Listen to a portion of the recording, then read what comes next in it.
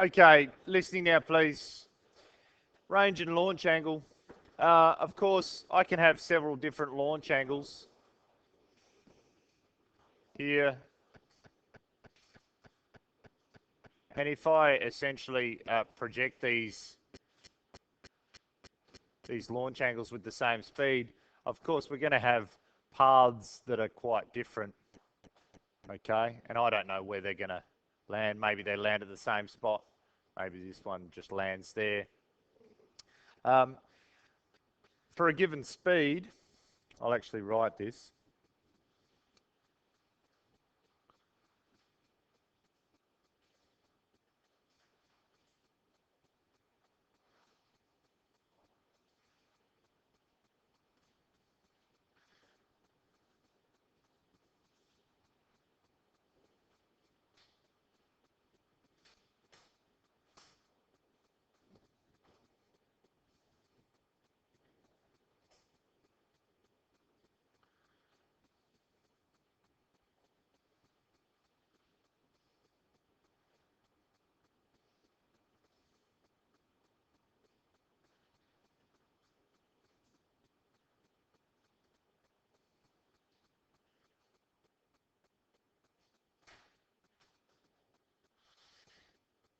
For a given speed, maximum range will be reached.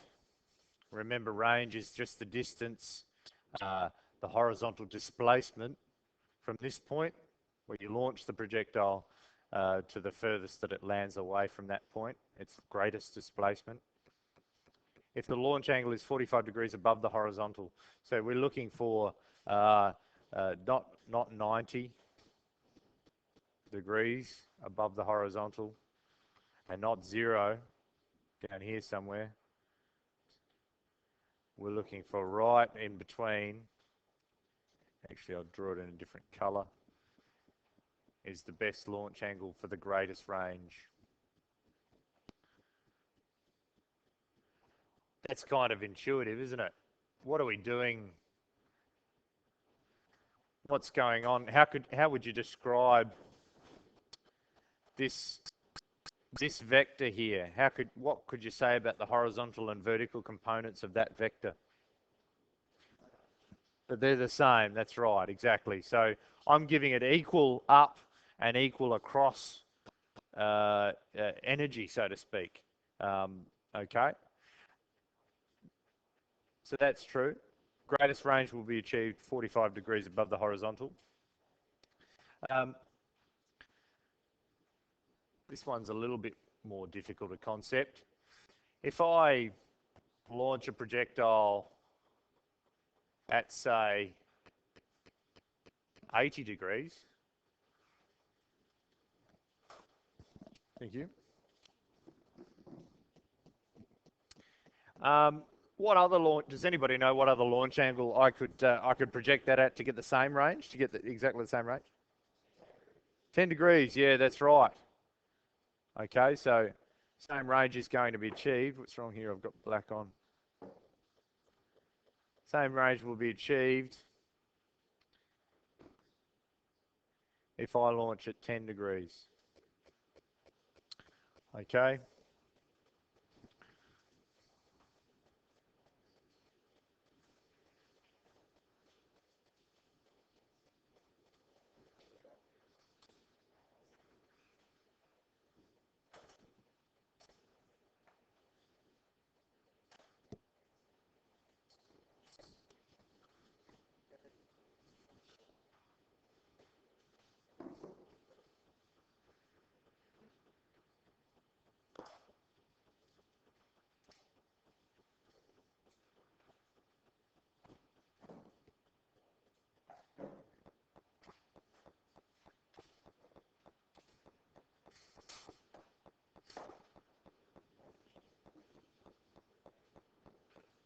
And an easy way to say that is if the launch angles add up to 90 degrees, so 80 and 10, 45 and 45, 40 and 50, okay? They're all going to achieve the same range.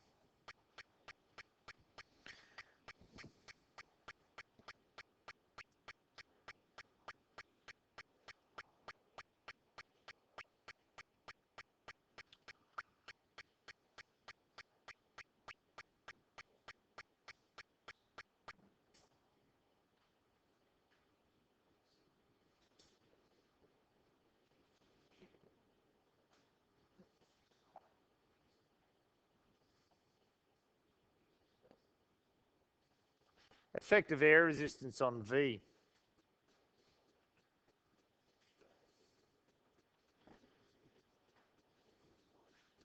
We've been looking so far at a situation where there's no, the projectile's moving through essentially, it's not bumping into any atoms as it moves on its path. What if we change that and we give it some resistive force in the form of some nitrogen and oxygen and argon and all those things that are in our atmosphere, dust particles, okay? That's going to change the path of that projectile. That's going to change its speed at any given point. As soon as it leaves your hand, or the cannon, or whatever it may have been that's projected it, those particles are going to do what? Talk in physics terms. Say it louder. They're going to slow it down, yes. Some more physics terms, yes. Create friction. We're going to have friction occur. And what is friction essentially? It is drag. Another word for friction is drag, yes.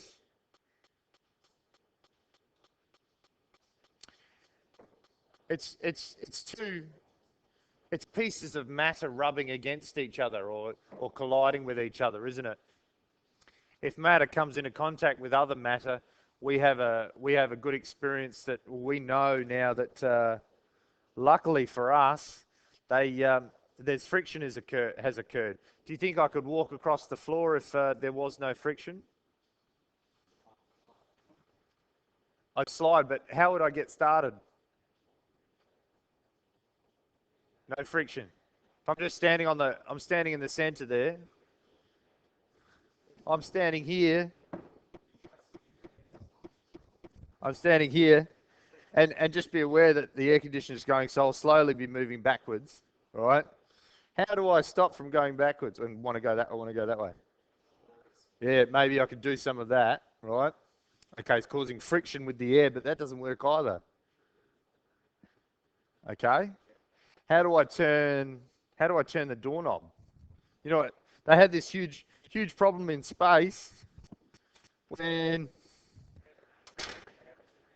yeah. So when they first put astronauts in space, they gave them jobs to do. So simple jobs. So they said, all right, step outside the spaceship in your spacesuit, and we want you to construct this this device. So they gave them a device which they practiced on Earth. Listening at the front there, please. Or at least quiet if you're not going to listen. They gave them a device to build on Earth, whatever it may have been. This is the device. And they built it with screwdrivers and wrenches and all that sort of stuff, right? And they said, right, okay, we practiced that. They did it 10 times. They went into space, walked outside the spaceship in a spacesuit, and they tried to do the same thing. What happened? Very quickly. Oh, right, okay. So imagine the device can handle the low atmosphere and all that sort of stuff. It's okay. What they found was because there was no friction, they had to work a whole lot harder, and they exerted themselves a lot, used up lots of their oxygen much faster than they did here on Earth. The simple as turning this doorknob. What would happen to me if I was in space and I'm sort of floating here and I turn that doorknob? You said it before. Yeah, push down. I'm going to go up. And they found that any little thing that they wanted to do was all of a sudden really, really difficult. And that's when they all of a sudden on the space shuttle, they had these big mechanical arms, and at the bottom of it, the astronauts can actually clamp their feet into these stirrups sort of thing, and then they can work because they have some friction there. Okay, they're strapped in. That's the only way that it works. If there was no friction, there's no way that I could move from this spot. Okay, no way at all. And if I started moving, I couldn't stop until I hit the bench. Okay, then when I hit the bench, I'd probably start moving sideways a little bit. It would be very annoying.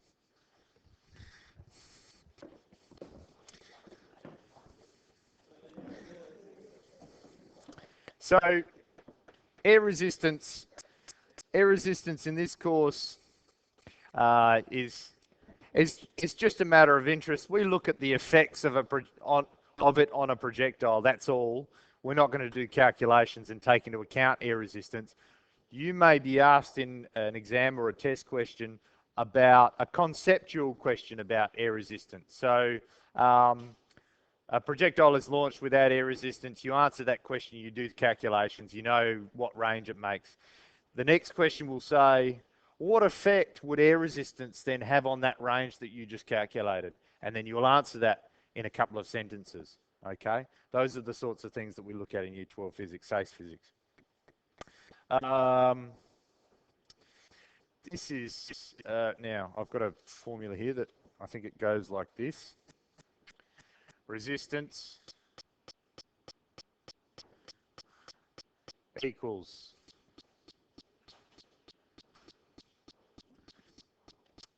half dA rho V squared.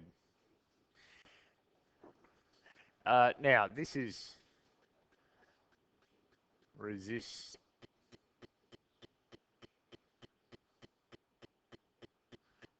force. That, of course, is 0.5. This here is this D. I just want you to be aware of this formula, is the drag coefficient.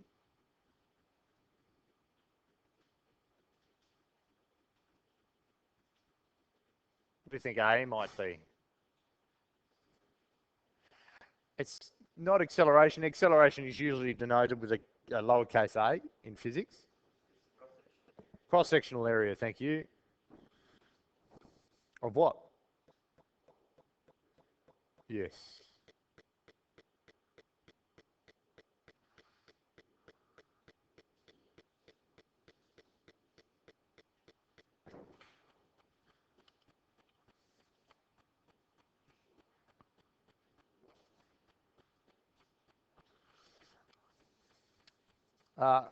This rho, this Greek letter here, I'm kind of pointing to the A, but in the video I'm saying to the rho. What is that? This here, of course, all right, we'll go straight to the one we know. What is that one? Speed, yeah, V squared. I'll just put it down as V and say it. That's speed. Yes. What do you think this might be? Anybody got a guess? Without looking at your notes. Yeah, okay. You could say that. Yeah, that's right. That's kind of the drag coefficient is what you described, but it's the density of the air. Of air. Okay. So when we're talking about the resistive forces on this this ball here, this tennis ball, the resistive forces on that tennis ball, they're dependent upon the drag coefficient of the ball itself. They're dependent upon its cross-sectional area. What do I mean by its cross-sectional area? How would I depict that in a drawing? Okay, so I'll draw a circle here. That kind of looks like the thing that I just drew there. What about if I cut the tennis ball in half? Okay.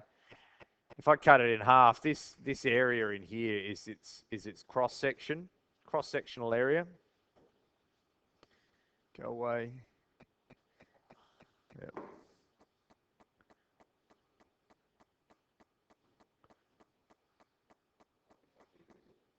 Cross-section. Density of air is obvious, how many particles there are. Often that has to do, the density of air has to do with the amount of water that's in the air, okay? Because of course, not only do we have nitrogen and oxygen and argon and other trace elements, but we have water in that air. Water's the worst greenhouse gas, just as a matter of interest, if you guys didn't know. Worst of all of them, much worse than carbon dioxide. Cross-sectional area of the projectile, it's V. Have a look at this little square. What does that say? How would you describe that in a few words? What sort of effect, what relationship between the resistive force and V? What is that? Say it again, Pranesh. Yes, definitely. That would be true if there wasn't a squared above the V, though, also. Say it louder. No, that's not what we're looking at. Imagine it's just two-dimensional space we're looking at, like the board. And the ball can't go left or right. It can only go that way and up and down, okay, across the board, like I've drawn. Imagine just two dimensions. That V squared still applies.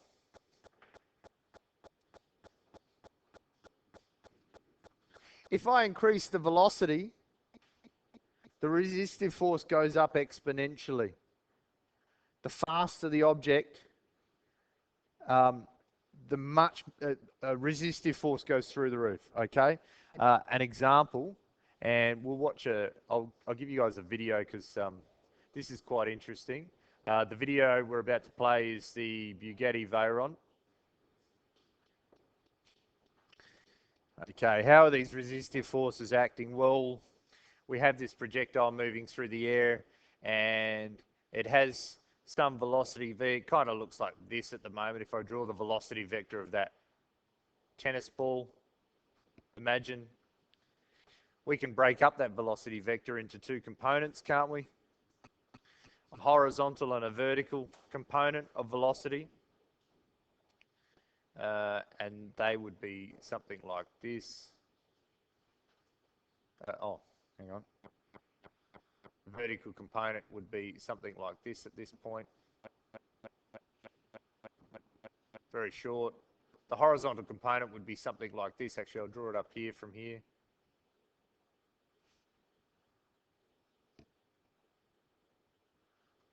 Now, in which direction do you think the resistive forces are acting? Well, resistive forces always oppose motion. So I'm going to draw the resistive force as a vector in the opposite direction. It's not necessarily the same length as that vector, that velocity vector, but it has components, vertical and horizontal.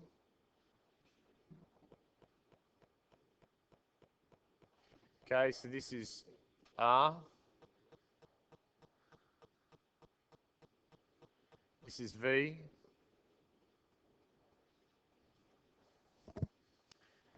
The resistive force, okay, so resistive forces or friction always opposes motion.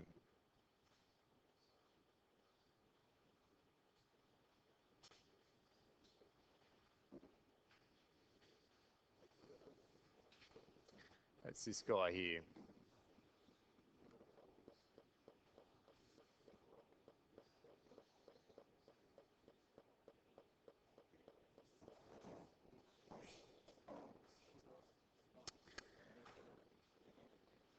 Let's look more closely at an initial projection. If I project a projectile in this direction, up, we have this vertical component, we have a horizontal component,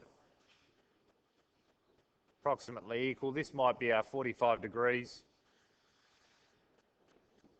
We have air particles above it. What do you think? Well,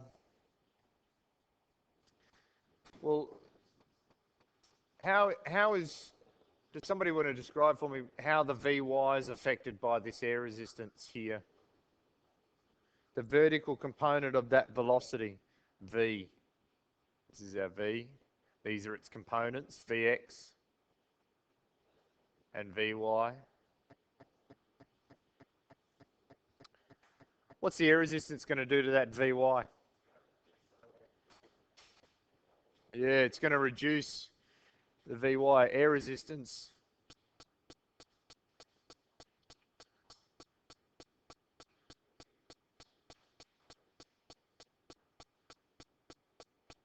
will reduce Vy. What else is reducing Vy? Yeah, gravity.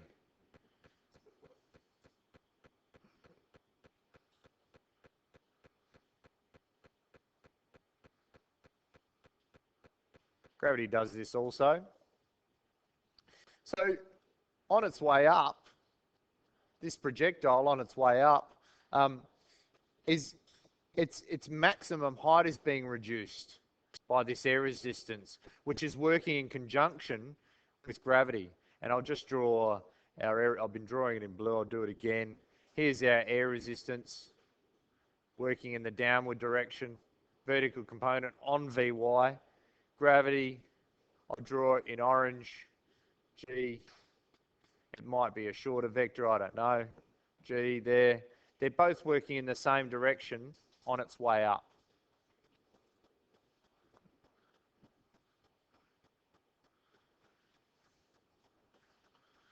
Both.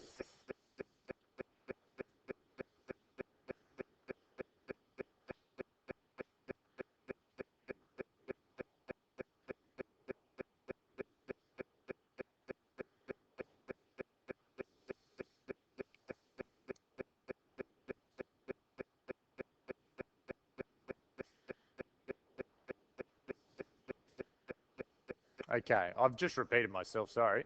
But both gravity and air resistance reduce Vy. What about on its way down? If we then have the projectile in this direction, imagine at some point in its path, its velocity vector V looks like this. It has components horizontal. I know it's not quite horizontal, sorry. And vertical components. Vx, Vy. What's G doing to that velocity vector? It's doing what? Yeah, taking it down, increasing Vy. Increases Vy.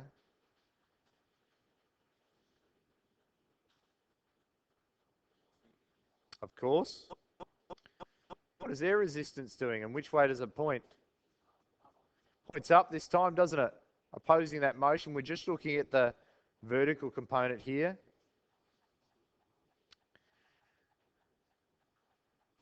What's it doing to our velocity vector in the vertical component? Yeah, still reducing, opposing G, reducing Vy.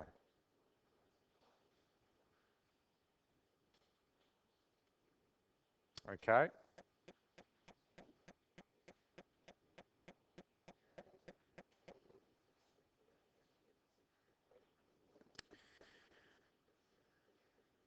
The ball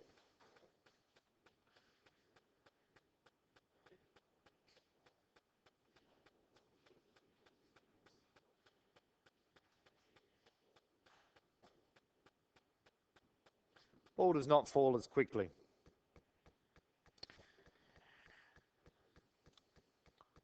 Am I going too fast?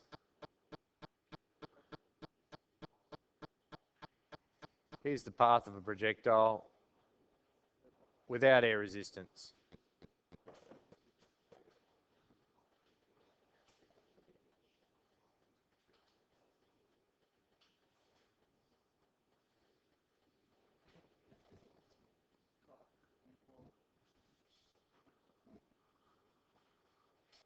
What do you think the path looks like with air resistance? Shorter, and we know that it maybe, say, I'll tell you it's going to land, the range isn't going to be as long, starting at the same point. How would you guys draw this? How would you draw it?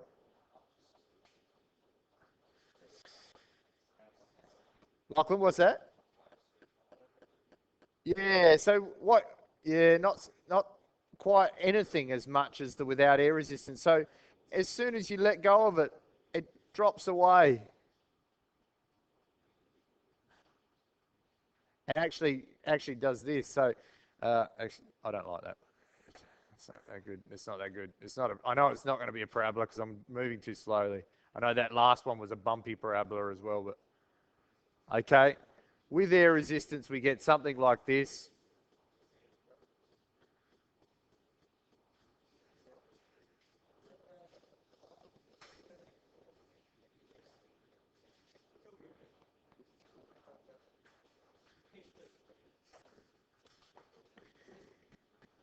The body never reaches that without air resistance path. Never.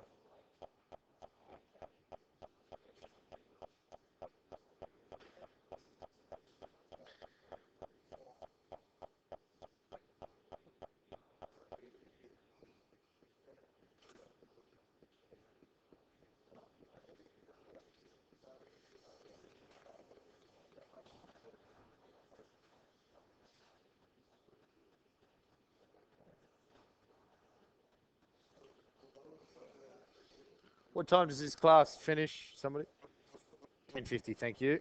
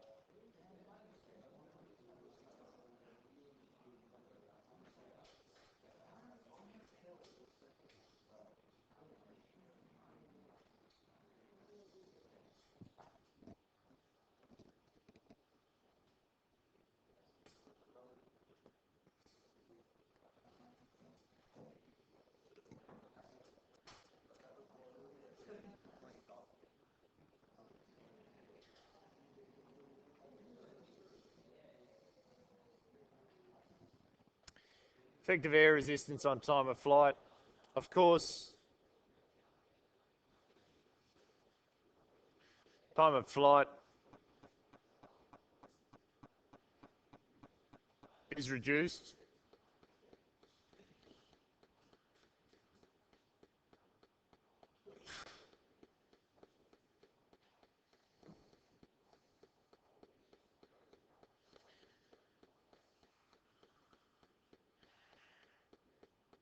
What about our other situation here?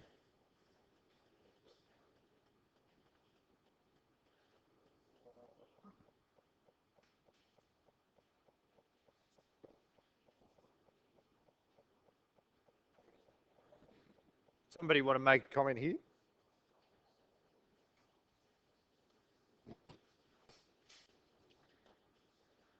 What's going to happen at the time of flight?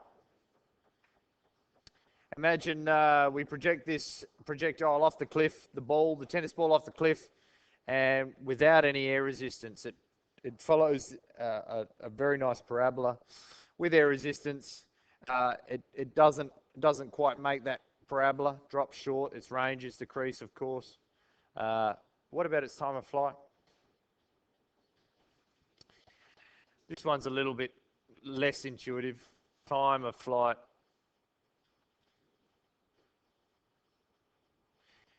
is increased.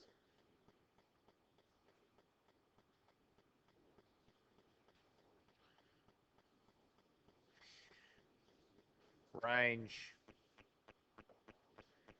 is always decreased.